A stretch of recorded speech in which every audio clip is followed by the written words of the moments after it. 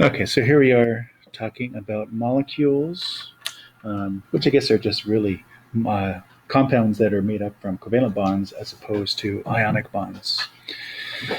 So we're going to go through the difference between the two, and then we'll definitely isolate the things that are very unique to covalent compounds, or what we'll start to call molecules. Molecular compounds are made up of what we call molecules, but uh, they are primarily made of things that have covalent bonds, which you can see the description or the views of kind of them here. Now, this one's kind of a bubbly view. This is if you represented it just with your symbols. It looks something like this. So it's really just those carbons with those H's. And then this is something here that you're familiar with, which is our lattice that ionic compounds form. And then you could just know that these are kind of like repeating charges in the proportions of what the ratio of that particular compound is. Okay. Now, these lines here, they're not really, these are not bonds, not really a connection. Well, I guess they are bonds, but they're not really a connection between the two. They're a force of attraction between a positive and a negative ion. So they don't really have, they shouldn't really have these lines, but they just make your design for your lattice simplified because there is, I guess, some degree of attraction between them. Now, the lines that are represented here are different than the lines that are represented here because the lines here indicate something special that these atoms do when they form molecules. Whereas these ionic ones, they don't do the same thing here. They transfer electrons, and this one here we'll learn about is these lines result from sharing. Sorry, there's two lines there, so there's two bonds. Okay, so when we talk about molecules, we're going to be talking about things that look like this, right? So if I could write a formula for this would be what C2H4. I could write a formula for these as well. You could let's just say that this one is like sodium chloride, and so forth. Okay, so NaCl, sodium chloride. So they both have formulas. They're all going to have a certain type of structure, which we're going to look at. They're all going to have certain types of bonds that hold the atoms together, but they're mostly going to be different, and that's because of the bonds that form. Okay, molecular compounds are all around you, right? So they're not something that's rare. Um, and the majority of all known compounds are molecular, and we'll talk about that as when we get to a little bit of organic chemistry. But there's many more of these types of things than there are of these. The molecules that you breathe in the air, oxygen, nitrogen gas, CO2, those are all molecules. Things you eat are molecules, but you'll get other things in there as well, and drink, and molecules that make up your body. So you're primarily made up of molecules. There'll be some other ionic stuff in there, but you're primarily molecules. So most of the stuff that involves you, life, the things around you, are molecules. So it's good to know a little bit about molecules. Now, the funny thing is, all of your chemistry up to this point has really a lot of it's been about ions. But what's going to happen now is you're going to be further exploring what molecules are, and then as you advance on a chemistry, you'll get more and more of learning about molecules and their properties and their structures and so on. So now you'll kind of start going into that journey, because everything else was kind of being ionic, which is generally a little bit easier, and there's a lot of complexity with molecules. Okay? So what exactly is this type of bonding that takes place here? It's a little bit different than this, as we mentioned before. This involves a transfer of, electrons, and this is the sharing of electrons. Okay. So in molecules or covalent compounds, you find molecular bonding, or covalent bonds, are formed when two nonmetals bond with one another. Okay, so it's involving two nonmetals bonding with one another. Molecular bonds form as a result of two nonmetals sharing electrons between them. So these bonds form between nonmetals through the sharing of electrons. Okay? So what exactly is sharing? So we learned that ionic compounds, when a metal and a nonmetal come together, there's going to be a transfer of electrons. One of them is going to lose and one will gain. The metals always lose because they will drop down to their next orbit below, which is full, and the nonmetals are almost always going to gain because they're close to almost a full orbit already, so they will gain the few extra ones to then collect those electrons. So We already covered that they're weakly, and then they're more strongly attracting their electrons. All right, so now nonmetals, if you have two nonmetals coming together, they generally all have a strong attraction to electrons. When they bond with each other, that's going to come into play. So the electrons that are going to be forming between two elements, so let's say these two here, they're both going to pull on it fairly strongly, and none of them is going to be that overwhelmingly larger than the other, so they won't be completely transferred from one to the other. Okay, so neither of them will be enough to pull them completely away from the other element or the other atom. This results in electrons hanging kind of in between two non-metals, effectively being shared.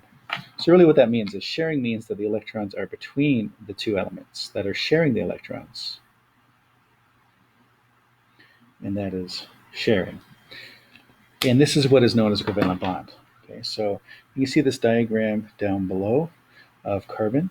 Okay, so these circles here are, I guess they could be coming from either of those, but we'll just say that these circles are for the carbon. So it's using, so let's talk about what we got here. So carbon, if you do its Lewis structure, or Lewis dot diagram, it looks like this. So it has 4 electrons that could potentially share with other elements around it. So if you take hydrogen, for instance, it's going to have its 1 electron. And then what they're ultimately trying to do is fill their orbit. So carbon, this is the valence number of electrons, 4, and to complete it, it would need 4 more. And hydrogen needs 1, right? So carbon is going to try to share to complete orbit. And so is the the H. So here's my carbon. Okay. And then here comes one of the H's. And that's going to put its electron up here. So this one is from there, and this one is from there. So they're both sharing one of these electrons. So now, since hydrogen only has the electron in its first orbit, it's now full because that one holds 2, so it's good.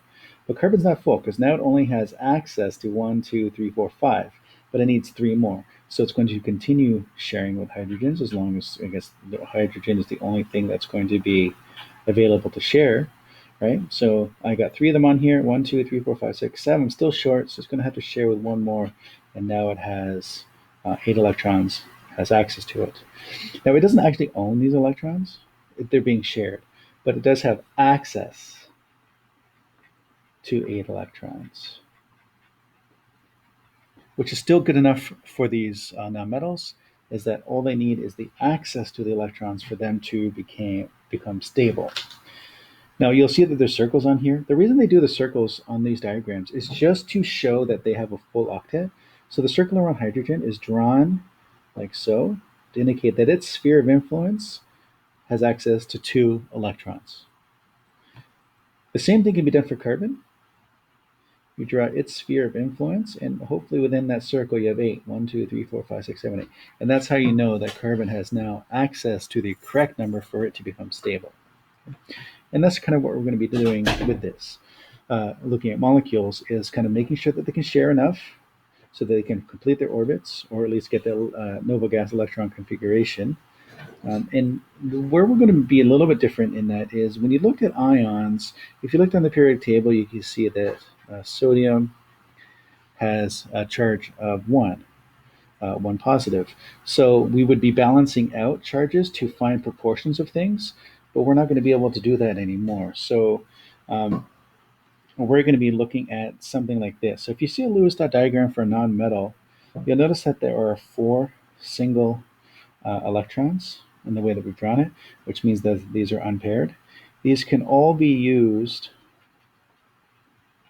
to form covalent bonds. So any unpaired electron can be used to form a covalent bond. So in this case, carbon can form 4 covalent bonds.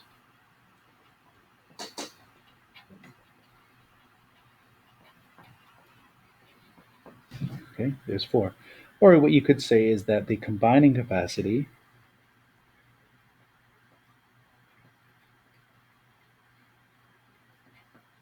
for carbon is 4 because it can combine with up to 4 different things. Now you could compare that to hydrogen. So hydrogen only has one of these electrons, so its combining capacity, or can form only one covalent bond. Now you could also look at something like nitrogen, 1, 2, 3, 4, and 5, and it has a combining capacity of 3. These unpaired ones generally don't bond. So only the single ones are going to be associated with bonding. Now, this is not always true. There are exceptions to this, but that'll be something you do in later years chemistry with organic chemistry. But for now, we're going to look at each of these single bonds in my Lewis dot diagram to indicate how many bonds it can form, what its combining capacity is, and then we're going to use that to kind of build and talk about these molecules. Okay. All right.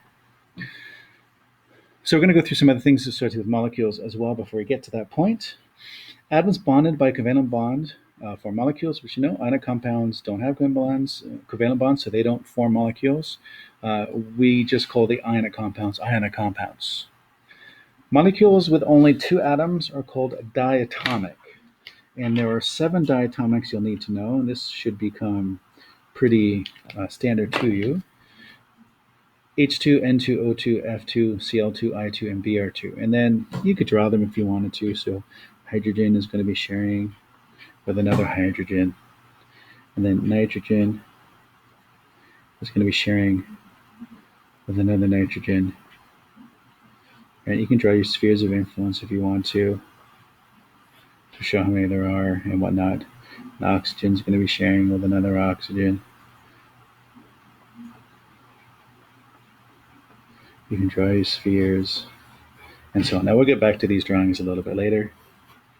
But these are all the 7 of the ones that you want. So usually what we call these molecules as well is that they all, in addition to being diatomic molecules, they all tend to be gases at room temperature. So if you saw something like this, you would call it hydrogen gas, nitrogen gas, oxygen gas, fluorine gas, chlorine gas, iodine gas, and bromine gas. So they all tend to be gases at room temperature. So if you see them, you're usually going to be something like H2G or O2G and so on, just to indicate that they're a gas. And this is important for as we move forward because sometimes they'll just say you have oxygen gas, and then you should know that it's this. Or there's fluorine gas, and you should know that this is the formula for it. Okay. Now, in addition to, so you saw these diagrams up here. So you notice that these are sharing one from each hydrogen, but this nitrogen appears to be sharing more than one of its electrons with this other nitrogen, and so on, and this oxygen over here. So when you share electrons, you can actually share more than one of your available electrons to form bonds. So even though the carbon here has a combining capacity of 4, because it can form 4 bonds, it doesn't have to do it to all separate things. You could use 2 of these to share with one thing or 3 of them, although you don't see 4. Okay? There's never a sharing of 4, even if they are available.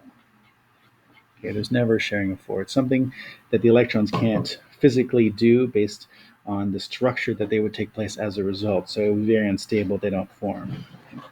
So unlike ionic compounds, where the atoms simply stay together by opposites attracting, there's a variety of ways that electrons can be shared between atoms that are going to be sharing.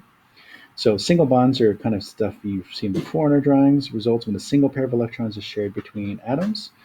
One electron from each pair is contributing in the bond. So here's a carbon, right? So the Lewis structure for a carbon, Lewis structure for another carbon, and where they're going to be sharing, they're going to each contribute one of those to their bond.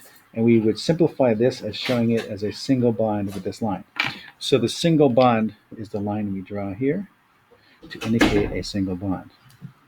Single line, that means you're sharing one electron, and then you get a single bond. Now it's one electron clearly from each of these, but each one is sharing only one of its electrons. Double bonds are a little bit different, but it makes a lot of sense. Double bonds, as opposed to single bonds, are going to be where you share 2 electrons with another element, and therefore you're going to have 2 lines. So let's say we could just do the carbon as an example, not like what we did here. So here's my carbon. It's going to be using 2 of its 4, and this other carbon is going to be using 2 of its 4. And now they're both contributing 2 electrons to the bond. You can simply write that as a double bond. Okay?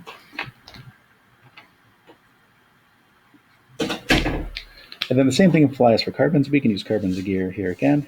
So this carbon is going to be sharing 3 of its 4 available bonds with another carbon with its 3 of its 4 available bonds. And you can write something that looks like this, and so on. So this would be a triple bond because each one is contributing 3 of their electrons between the atoms that are sharing. And that's really the difference between the two, is that ionics don't share, they transfer, so you don't see any of these lines depicted in any of their structures. And then on the carbons, or the molecular ones, they do the sharing, and then you're going to see all these lines and so on. So they're going to get a lot more complex structures than you might see in ionic compounds, because the way that these share can be quite complex, but we'll get to that in a little bit. So the naming of this, you kind of looked at last year. It's pretty simplistic when you look at the inorganic types of naming here, or these types of molecules. So naming molecules involves prefixes that are specific to the number of atoms in the molecule. So a prefix is added to the name in each element, and the second element ends or is changed to IDE at the end. Okay, so second element gets IDE changed, and then you also have these prefixes. Okay. Now, the prefix is used to identify how many of that particular thing there is. Okay? So if you had to name something like this, and I don't have the prefixes with me, but you'll have to trust me on this one. Okay, so this one here, so PCl3 is, we're going to name, kind of like the ionic ones, we're going to name this one first, right? So this is phosphorus. Okay, and this is chlorine, but I'm going to change the second one to IDE. Oop. Let me just get a little bit of space in there. And then we add a prefix to how many of this thing there is. So there's 3 of them, so then it's trichloride. Now, we don't add a prefix on the first one if there's only one. Okay, so if you look here, right, that number, if this is 1, there's no prefix. Okay, but if it is not a 1, like this one, then we use a prefix. So that's why there's trichloride. Okay. So if you looked at something like this, N2O5, this is not a 1, so then we can say dinitrogen. This is not a 1, so then we can say pentoxide. Okay, now, however, that no prefix, if this one is 1, only applies to the first element here. If this one has a 1, we do add a prefix. So it's only for this one here on the first element that we not add the prefix. And the reason they do that is because I think it's phonetically sounds better to not say monophosphorus trichloride and so on. And since a lot of these are, I think these simpler ones tend to have a lot of 1s in those positions, so maybe just onerous to always say mono for everything. A lot of the molecules would end up sounding the same because of all the mono prefixes that are being added. But anyway, that's the system that they use. So only for the first element, if this is a 1, there's no prefix. But for the other one, so let's take this one over here, carbon monoxide. So CO. We use the same thing here. This one here is a 1, so we don't use the prefix, so it's just going to be carbon. And then we'll use the prefix for this one, even though it is a 1, so this one will be monoxide, because it is the 1. Okay? So a little bit of a difference in the naming there. Now, writing chemical formulas is pretty easy to do for this as well, just like the naming. It's not as complex as some of the ionic ones at this time. So when you do the naming of them, you basically just look at the structure, or you just look at the name if you want to do the formula, and then use those prefixes to tell you how many are going to be there, because we just kind of looked at that. Okay? So for example, if you had sulfur dioxide, okay, I know that this is the first element, and I know that there's no prefix, so that tells me there's 1. So I can just write sulfur. This one tells me that it's oxygen, and this part tells me how many there are. There's two. So the di in front of that element tells me 2. There is no prefix on the first one, so that tells me there's 1. And then you can look at this one, right? Dihydrogen monoxide. So again, the prefix tells me how many hydrogens, and this tells me the prefix how many oxygens, and that's it. Okay? The common name for this one is water. So that's pretty straightforward. Now, there's something that you have to do in molecules that you don't do for ionic, and that is predicting the structure of the molecules. Okay? Now, the structure for ionics are just a crystal lattice, so it's just that you, as long as you have the ratio, then you figure the ratio of where you optimize the connections of pluses and minuses, which can be fairly complex, but it's always just a standardized. There's no variance in that, in how the lattice forms. The ratio is maintained within the lattice. Whereas these ones, you kind of have to predict the structure. So molecules have certain structures that can, even though things have the same formula, might have different structures, and those are called isomers. So that's not something you deal with ionic compounds, but it will be something you deal with molecules. Unlike ionic compounds, who have all the crystal lattice structure, each molecule has a unique structure in covalent compounds. These structures are very important to the molecule's physical and chemical properties. So you're going to get in practice into drawing what they look like. Predicting what the structure will look like will involve using Lewis diagrams and then and using kind of our bonding that we showed before. Okay?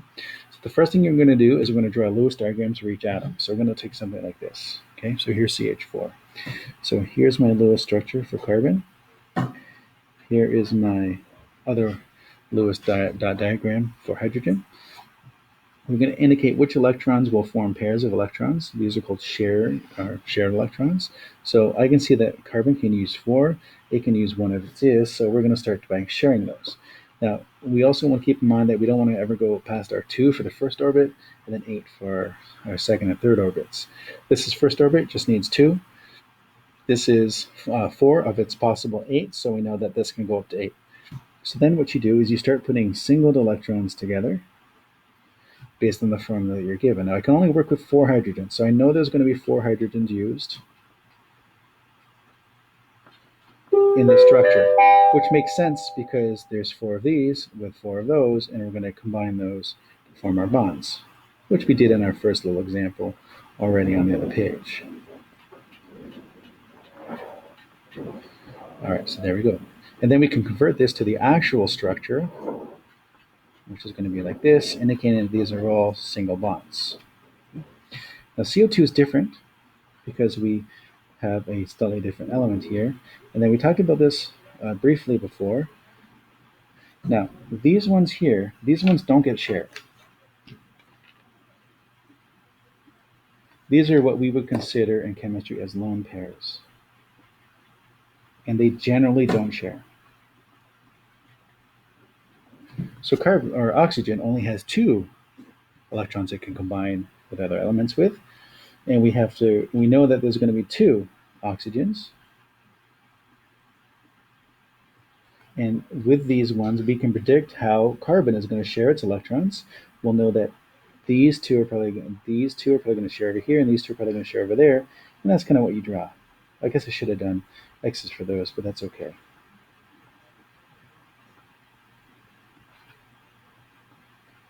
And you can always draw your circles of influence as well. So there's 8, there's 8, and there's 8, and so on.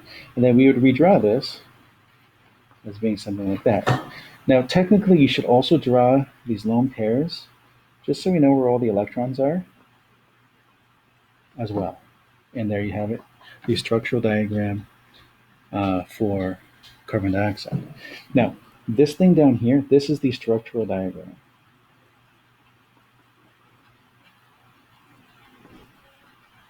This is a Lewis diagram. The Lewis diagrams show the electrons that are involved with all of the elements and how they're associated. The structure diagram simplifies the Lewis diagram into just show the type of bonds. So in here you can see the carbon and oxygen have double bonds between them. In this one here you can see that the carbon and hydrogens, they have single bonds between them. And you'll generally be using this idea of this mechanism of drawing the structures to certain molecules, as they will have very unique structures, and sometimes you might have the same formula but different structures depending on the molecules.